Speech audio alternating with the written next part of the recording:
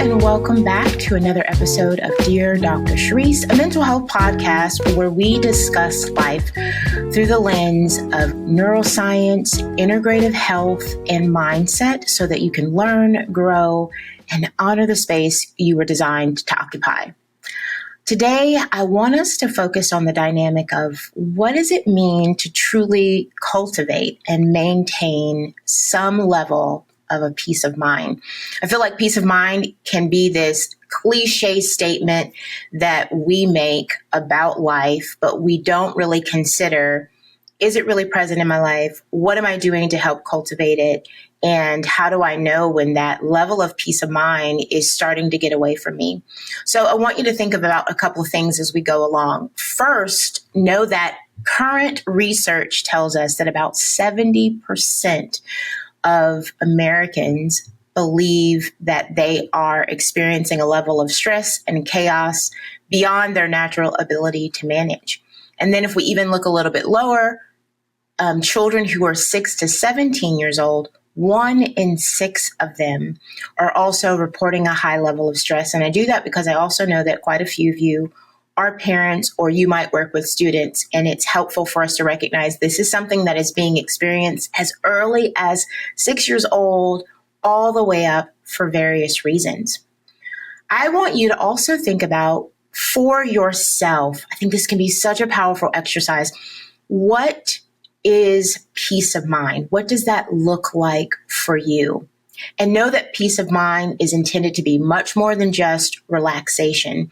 It means emotion regulation, being able to be in harmony with what's happening in your life. It also speaks to your capacity to manage the stressors that are coming at you or even your day-to-day responsibilities. And it also is meant to include some level of mental clarity. When we are in a place of indecision, or we feel like decisions are being made that we don't know that we ascribe to, or we agree with, or we feel hopeless or powerless around those decisions, it can impact our mental clarity. Here's another thing that I want you to recognize as you're creating that definition for peace of mind for you. It is not possible for peace of mind to only be contingent around everything in your life being great, because at the end of the day, that's not real. We're not going to be in seasons where everything in life is going to be wonderful. But regardless of what is happening in life, regardless of the chaos that you feel like is constantly coming your way, the changes and the uncertainty that you may be experiencing, it is possible to tap into an aspect, an element, a degree of peace of mind that will make your daily life feel better. So over the next 3 episodes, because I really want to take my time and not give you so much information to take in, we're going to focus on these 3 things. Signs that peace of mind is missing. I'm going to go through a few signs. I always want you to add to the list because there may be something that you recognize for yourself that I don't come up with because we don't have enough time. Then in part 2, we're going to talk about the neuroscience behind inner peace. Inner peace is not just this woo feeling that exists out there for some and not for others. And it means that you have to totally go away from your own life. But we'll talk about all the systems of the brain and the body that are involved in feeling a level of internal peace. And then, of course, I will leave you with some tangible strategies to cultivate a calmer state of being. So I'm inviting you on this journey of exploring what peace of mind looks like in your life and how you know it is or isn't present. So signs that you may lack peace of mind. Number 1, if you feel like you have a persistent level of anxiety and restlessness.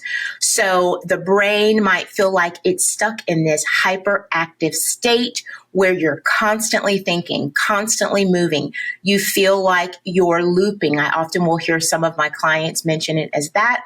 And what's happening during that time is when we're in that constant hypervigilance state, always aware, what's going on? Am I taking care of all the things? That activates the area of the amygdala that is your fear center.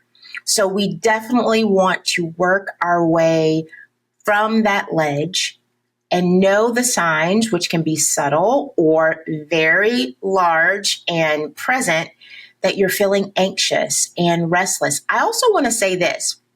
In particular, we see that a lot of male identifying individuals, that their anxiety often comes off as irritability or anger. So if you have a picture in your mind that anxiety just means you have a fast heart rate and you feel a little overwhelmed and chaotic internally, it can look a number of different ways. So really kind of check yourself, because I imagine that you truly do know signs that you're kind of off kilter and you're feeling anxious. A second sign, number 2, that you may lack peace of mind is difficulty focusing. When we're in seasons of emotional dysregulation, which means we're too activated, we don't feel like we can stay within our window of tolerance. As a result of that, that means that our nervous system is overstimulated. Now, of course, I'll always say that there could be a number of reasons that you're struggling to focus. If you are neurodiverse, that means that on a general basis, that focusing will be challenging for you. If you have too much going on in your life, if you are going through menopause, or if your hormones are off as male or female, those are all examples. However, we have a baseline for most of us that we know, like here's your general area of focus. And then you have the moments that you know, okay, this is even beyond your typical. I'll use myself for an example. I do have complex ADHD. I am definitely, for multiple factors, considered neurodiverse. I have a general frame of reference for the way that I focus during a given day. And I also recognize that when I'm in a place that my peace of mind is not intact, that the level of brain fog that I feel is heightened. So that might look like, for me, I am walking around and not really able to focus on, what am I doing in this room? Why did I come here? I may have a thought, I'm speaking with someone, and lose my train of thought. Memory and remembering the things that I need to do feels extremely difficult. So those are 3 different ways that I know for me, okay, something is shaking the general peace of mind that I have, and know that all of the signs and symptoms that I'm mentioning require us to have some level of awareness. So you cannot constantly go through each day a million miles per hour, not check in with yourself, and then believe that you're going to know when your peace of mind has fallen off. Number 3, irritability and mood swings. So when you're emotionally dysregulated, your nervous system is going to be overstimulated and can even feel like it's stuck. The dynamic of irritability and mood swings is you may also notice that you keep it together in certain areas of your life because you know that there are different consequences. And then when you get with people that you trust and that you love, you see it come up more. So we'll go to work or be in a work environment or professional environment, and we keep it together, right? We get through the day. But the moment we get home and we're in connection with our friends or our family, you might see that those swings go a little higher. Some of you, my strong friends, sometimes my type A individuals, or people who mask, constantly show one thing on the outside and feel something differently inside. You may also notice that your irritability and mood swings are internal. You feel them, you recognize that they're there, but you do have the ability to mitigate them or to manage them in a way that other people won't see, but you know it. You know that one minute you felt okay, the next few minutes you felt anxious, the next few minutes you felt sad and tearful, the next few minutes or hours you felt numb. So pay attention whether or not those are seen to what's happening to your internal state. Here's one thing that you can do that is a somatic intervention, soma meaning body, that helps you check in on what's happening. I call it, well, I don't call it. It is called the internal weather report. So you take a moment and you go, okay, here's what everyone else is seeing out of me. I look sunny and bright, like the skies are blue. But if we took a look at your internal weather behind the mask and went inside of your mind and your body, what would the weather look like? I often do this with individuals and groups, and it's such an interesting dynamic because they go, I know I'm showing that it's sunny outwardly, but then we stop and recognize inside there's a storm and things feel cloudy or gray. So if you're looking for a very tangible way to really consider what's the difference between what I'm showing other people and what's happening inside, internal weather report is a great skill. So signs you lack peace of mind. Number 1 was persistent anxiety and restlessness. Number 2, difficulty focusing. Number 3, irritability and mood swings. Number 4, fatigue and sleep disruptions. So an overactive stress response, when we're feeling chaotic, when we don't feel like we have peace of mind, that will interfere with your melatonin production and your deep sleep cycles. So it might look like if you're able to go to sleep, you have a difficult time staying asleep. Or it could be the reverse. You have a very difficult time getting to sleep. And then by the time that you do, it's still kind of light. And then it isn't long before you feel like you have to wake up. When people are in this state of being, they will often say, I feel like I didn't sleep. Or even when their mind is going a million miles per hour, they feel like they can still hear all of that and feel all of that as they're sleeping. So if you can kind of hear yourself thinking, or you wake up and you immediately know that your to-do list is at top of mind, we've got some disruption, right? There's a level of your peace of mind that isn't there, because here's the thing. When you have an appropriate level of peace in your life, you can rest. You can rest well. You can rest without fear that it's not okay because you need to be doing something. And you can rest, whether that's wakeful rest during the day or in the evening, without guilt. So as an action step, I really want you to consider, what are you noticing about your sleep patterns? Now, always take inventory if you recognize where your sleep patterns are being thrown off because of your work schedule or because you're staying up late and numbing, which can also be a sign, not on my list, but definitely can be a sign that you're in a situation where peace of mind isn't there, so you're trying to fill the mind with other things. Number 5, emotional eating and avoidance behaviors. So we actually could put the doom scrolling and getting lost in a Netflix or Amazon Prime series for hours and hours and hours at a time as a sign of emotional avoidance. So when you're going through this cycle, or you notice yourself here, you are in a place where your brain is looking for dopamine-based rewards to try to self-soothe. That can mean that we are eating outside of our typical patterns. It can also mean that you are sleeping outside of your typical pattern. So on one hand, you may not be sleeping well. On the other hand, you're constantly sleeping or having a desire to sleep because for you, sleep is the only time that it seems like everything may go away. Other unhealthy coping mechanisms can look like the scrolling, the comparison, negative self-talk, shopping, drinking, or overindulging in levels of intimacy to the point where it's not like, oh, it's this really beautiful thing between you and another person, but it's literally a dopamine hit that isn't sustainable long term.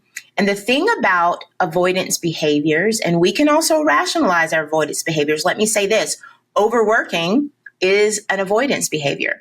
It's one that is rational. People think, oh my goodness, you're amazing. How do you find time to do all the things that you do? And, oh, I'm just an achiever. But also being able to ask yourself, are you working to the point that you're using that to avoid something at home or something in your life that feels out of your control? And then you're looking at work or achievement as a means to gain the control that isn't really there. So let me go through all 5 of those one more time in case you missed one. Number 1, persistent anxiety and restlessness. Number 2, difficulty focusing. Number 3, irritability and mood swings. Number 4, fatigue and sleep disruptions. And number 5, emotional eating or avoidance behaviors. I encourage you, if you are comfortable, to take some time and really write down your avoidance behaviors. I gave a very brief overview of some of the avoidance behaviors that can be seen, but you have some that are going to be specific to you, and we repeat what we don't repair. So if we are unwilling to look at our true state of stress and chaos and where peace of mind is lacking, then we're going to be in a cycle of repeating the same non-coping mechanisms and recognizing that is part of what's hurting us and harming us in the long term. I also want to remind you, just as a neuroscience insight, that when you're in chronic stress, your cortisol levels are constantly increasing. That's going to weaken your neural connections in the hippocampus, which is that area of memory and learning. And then it's going to strengthen the areas of your amygdala that are centered around fear. And then that creates a loop of anxiety and stress. And that is absolutely not what we want for you. I was having a conversation with a friend a few days ago, and they said something that really was the catalyst to me coming to you about this topic. And I thought, man, that's a whole word. Their thought: true peace of mind does not depreciate. And I was like, whew, that is a whole word. When we cultivate a life, connections, purpose, and passions that align with what gives us peace, then we will find that peace of mind is a constant and does not depreciate. That is absolutely my desire for you. As always, thank you for spending time here with me in this space. I hope that you heard at least one thing that can help support you through anything that you're experiencing. Continue to stay connected with me, whether that's on CADRE, the mental wellness app that I'm on twice a week on Wednesdays and Sundays. You can find me on Instagram and Facebook and YouTube. Some of you may even be watching this podcast there. And it's also, of course, available on Spotify, iTunes, and your favorite podcast streaming center. I want you to believe in what's possible for your life. I want you to know that you are not subject to chaos, but peace of mind is available to you, but you have to do the work. I'll see you soon.